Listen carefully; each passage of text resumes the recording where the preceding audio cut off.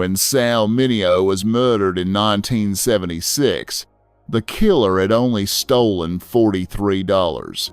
But immediately after the crime, James Dean photographs and personal items that disappeared from Sal's home were never found.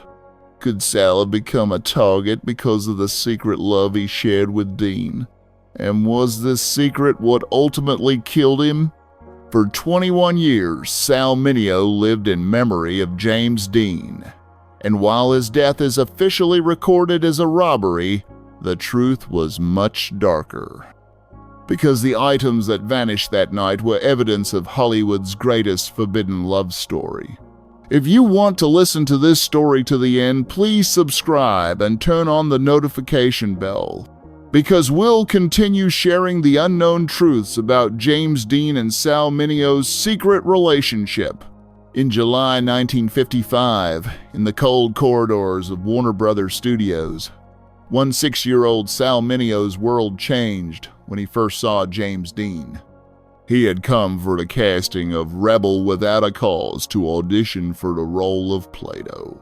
But when he entered through the door, the figure standing before him mesmerized him. James Dean in a leather jacket, cigarette in his mouth, his gaze both challenging and fragile. Until that moment, Sal had only known Dean from photographs. The film East of Eden had made him a star, and everyone in Hollywood was talking about his name. But none of the photographs reflected Dean's true magnetism. The moment he entered the room, it was as if all the oxygen had gathered around Dean. The 4-year-old Dean was only 8 years older than Sal, but his life experience made him appear much more mature. When Dean looked Sal up and down, something passed between them. In that moment, they both felt it. Sal's breath caught. A familiar sparkle appeared in Dean's eyes. "Are you Plato?" asked Dean, with a strange tenderness in his voice. Sal could only nod. In that moment, something began that neither of them knew. Hollywood's most dangerous forbidden love. The way Dean looked at Sal was different. When other young actors came, Dean showed them no interest nor spoke to them. But he approached Sal, turned his chair around, and asked, "Where are you from?" "From the Bronx," said Sal, his voice still trembling. "I'm from Indiana too. We're both small-town boys in this crazy city," Dean said with a smile. This simple connection broke the ice between them. When the casting director told Sal, "You're going to do a scene with Jim Stark," Sal's hands began to tremble, being in the same scene with Dean, standing so close to him. Throughout the scene, Sal got lost in the depths of Dean's eyes. Dean had also found himself in Sal's innocent yet wounded gaze. During the scene, Dean touched him while directing Sal's performance, his arm, his shoulder, even his face for a moment. These touches were so natural that even the casting crew didn't notice. But Sal felt an electric shock with each touch. Dean's hands were warm and seemed to leave marks on Sal's skin. When the scene ended, there was an electric silence between them. Dean, looking into Sal's eyes, said, "That scene was very real." "Because you are very real." These words struck directly to Sal's heart. Did Dean say such things to other actors, or was he special only to him? "Good job, kid," said Dean, touching Sal's shoulder. That touch resonated throughout Sal's entire body. Dean's hand lingered on his shoulder for a second longer, and Sal realized at that moment that what was passing between them was far beyond mere mentorship. After the casting ended, Dean walked Sal to the door. "We got the roles," Dean said, "so we'll be working together for a few months." Sal's heart raced. "Yes," was all he could say. Dean looked at him one last time, smiled, and said, "This is going to be interesting." Sal didn't understand what these words meant at the time. But he would soon find out. When filming began in August 1955, the bond between Dean and Sal began to draw everyone's attention. Director Nicholas Ray had noticed the natural chemistry between the two, but he didn't yet know how real it was. The crew saw that Dean showed special interest in Sal, constantly giving him advice, even eating lunch together. But no one knew that in the evenings after filming ended, the two would take long car rides in the Hollywood Hills. In Dean's red MG, in the darkness of night, they would talk, listen to music, and sometimes just be together in silence. What happened during these night drives remained as secrets no one ever knew. One evening, when they parked near Griffith Observatory, Dean turned to Sal and said, "You're different. Most people in this industry are fake, but you're real. That's both your strength and your weakness." Sal's heart began to beat rapidly. "Why do you say that?" he could only ask. Dean's answer would change Sal's life. "Because I feel the same thing with you." That night, nothing happened between them, but everything changed. They both now knew that between them wasn't just friendship, but a much deeper and dangerous bond. In 1,950 seconds, America, experiencing these feelings wasn't just career suicide, it was social death penalty. By September 1955, Dean and Sal's relationship had taken on a new dimension. They were no longer just set colleagues, but two wounded souls meeting in secret. Dean would take Sal to remote corners of Los Angeles where no one would recognize them, and they would talk there for hours. On the deserted beaches of Malibu, in the heights of the Santa Monica Mountains, in places where no one would see. One of Dean's favorite places was a small cove hidden in Pacific Palisades. It could only be reached by an off-road path, and tourists never came. When he first took him there, Dean told Sal, "This is my sanctuary. I only bring special people here." It took time for Sal to understand how special he was in these words. The hours they spent in that cove were the most precious moments of both their lives. Dean would read poetry to Sal. William Blake, Walt Whitman, especially when reading Whitman's Song of Myself. There was such passion in his voice that Sal's eyes would fill with tears. "This poem understands me," Dean would say. "You understand me too." One evening, as the sun was setting, Dean suddenly said, "I want to kiss you." Sal's heart nearly stopped. There was no one around them, just the ocean and the evening breeze. When Dean approached, Sal closed his eyes. The first kiss happened with such innocent and deep intimacy that both began to cry. "Is this wrong?" Sal asked. "No," said Dean. "This is the only right thing." During this period, Dean began to reveal the biggest secrets of his life to Sal. The traumas he experienced in childhood, the pressures he received from his family, the struggle he had with his own sexual identity. Sal had also found someone he could open up to for the first time. He could tell Dean about how he was overwhelmed by his family's expectations, how he felt lost in Hollywood, and most importantly, his feelings for him. When Dean talked about his childhood memories, he spoke most about his mother, Mildred. "When my mother left me, I was 4 years old," he would say with a bitter smile. "Since that day, I've been living with the fear that I'll always be abandoned." When Sal heard this confession, he hugged Dean tightly. "I will never leave you," he had said. This promise created such an expression on Dean's face that Sal could never forget it. Sal also told Dean about the difficulties he experienced with his family. The difficulties of growing up in America as the son of an immigrant family from Sicily, his father's harsh discipline, The expectations placed on him as a male child. "I could never be a normal child," said Sal. "I always felt different about myself." When Dean heard these words, he said, "That's why we found each other. We're both different." One evening, they had gone as far as Santa Barbara and stayed at a small motel by the sea.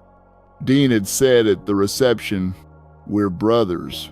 Family visit." The motel owner looked suspiciously but didn't ask anything when he saw the money.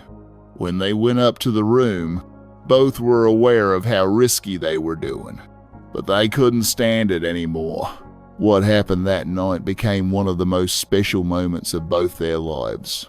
For the first time, they had truly been able to touch each other, to experience their forbidden feelings. Dean, while stroking Sal's hair, had said, "You are my home." Sal felt complete in Dean's arms. But the next morning, reality hit again. This relationship could never be revealed. Dean said to Sal that morning, "This is our secret. No one should know, for both your and my career." Sal nodded, but the growing love inside him had become uncontrollable. His feelings for Dean deepened with each passing day. Now every minute he wasn't with him was torture. On the morning of the 30th of September 1955, Dean called Sal on the phone. There was a strange anxiety in his voice. "I'm going to Salinas today," he said. "I'm gonna race with the Spider." Sal was worried because he knew Dean's passion for fast driving. "Be careful," was all he could say. "Don't worry about me," Dean said, laughing. "I'll call you when I get back tonight." But Dean never called that evening. At 5:30 p.m., Dean's Porsche Spider collided with another car near Cholame. The collision was so severe that Dean lost his life at the scene. When Sal learned this news on the radio, his world collapsed. That night, Sal went to Dean's house. The police were still investigating and the house was sealed, but Sal somehow managed to get inside. In Dean's bedroom, his scent still hung in the air.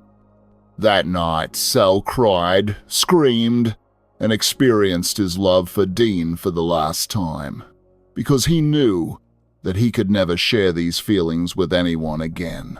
With Dean's death, the most meaningful part of Sal's life had also ended, but the evidence of what they had experienced still existed. Photographs, letters, gifts. Sal would carefully preserve these and live in memory of Dean for 21 years. In the years after Dean's death, Sal never married. The media wrote about his relationships with various women, but they were all fake. Sal's heart had always remained with Dean. In his West Hollywood home, photographs taken with Dean hung on the walls. In the bedroom stood a small statue that Dean had given him as a gift. Sal's devotion to Dean was obsessive, but no one knew the real reason. Every year on September 30th, on Dean's death anniversary, Sal would go to the accident site in Cholame and stand there for hours. He was always alone on these journeys because he was experiencing a mourning he couldn't share with anyone. In 1960, Sal decided to keep the diary he had written during his last days with Dean. This diary was the only written evidence of what had happened between the two. The pages were filled with love for Dean. "Jimmy's smile was in my dream this morning. When I woke up, I thought I would find him next to me.